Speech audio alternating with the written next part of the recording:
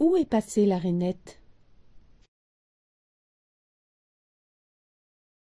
Qui a dit que Monet n'avait jamais peint d'animaux à Giverny? Son portrait d'Antoinette, petite rainette de l'étang, était pourtant un véritable chef-d'œuvre. Seulement voilà, le tableau du maître a disparu, un soir d'été, dans le jardin.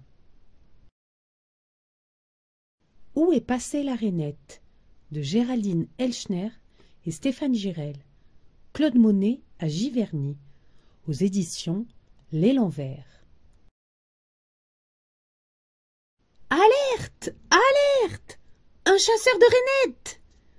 Sans demander son reste, Antoinette se glisse entre les iris et disparaît au fond de l'eau. « Tais-toi, gargouille !» grogne un crapaud. Pas la peine d'avoir peur. Monsieur ne croque que le portrait des fleurs, pas les cuisses de grenouille. Des fleurs? Vous avez dit des fleurs? Antoinette sort de sa cachette et admire son reflet dans les flots. Dans ce cas, je suis le bon numéro. Regardez, je ne mens pas. J'ai tout d'un nymphéa, juste un peu mentalo. Du coin de l'œil, elle lorgne le bonhomme au milieu des pavots. Monsieur Claude, barbe blanche et pinceau, chevalet et chapeau. Il semble être à l'affût, ce grand chasseur de fleurs.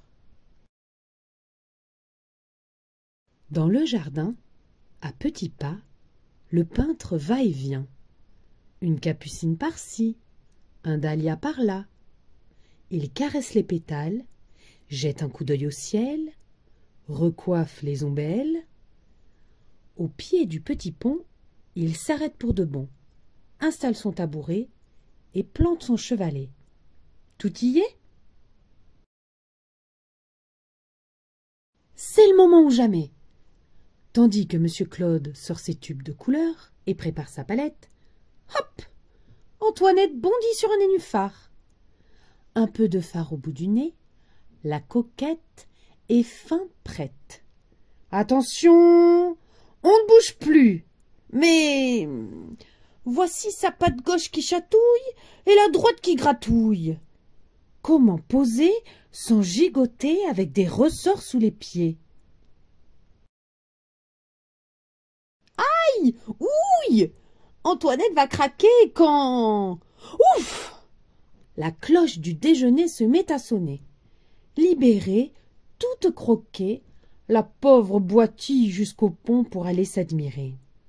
Mais où est passée la rainette? 1000 crevettes! Suis-je bête? Vers sur verre, c'est pas malin, on n'y voit rien. Le lendemain, le soleil brille quand M. Claude vient au jardin. Dans sa barque atelier, il dépose son panier. Hop, hop! Antoinette saute dans le canot d'à côté. Mais où est passée la rainette? Saperlipopette, faut tailler ses branchettes. Quelques jours plus tard, c'est à l'abri d'un vieux saule que l'homme aux cheveux blancs contemple le nénuphar. Perché sur une branche, Antoinette se déhanche et se balance au gré du vent. Mais ça, tes gambettes de grenouillette? Se moque un héron, l'estomac dans les talons. Si c'était vrai, je n'en ferais qu'une bouchée.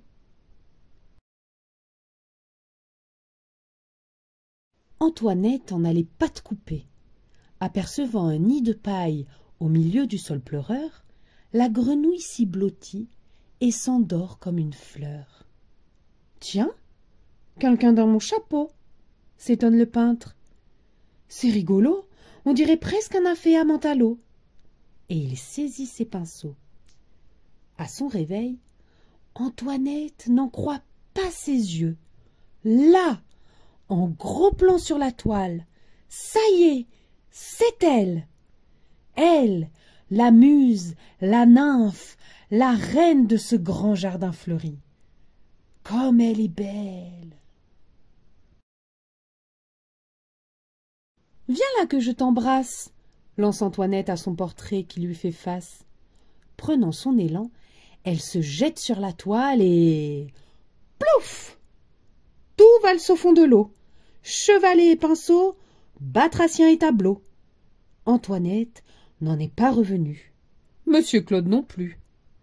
Mais depuis, le chef-d'œuvre est porté disparu. Claude Monet, 1840-1926. Iris jaune, une allée du jardin de Monet, Giverny, le bassin en nymphéa, effet du soir.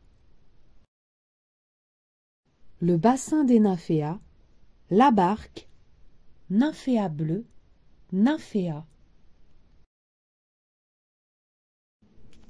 Fin.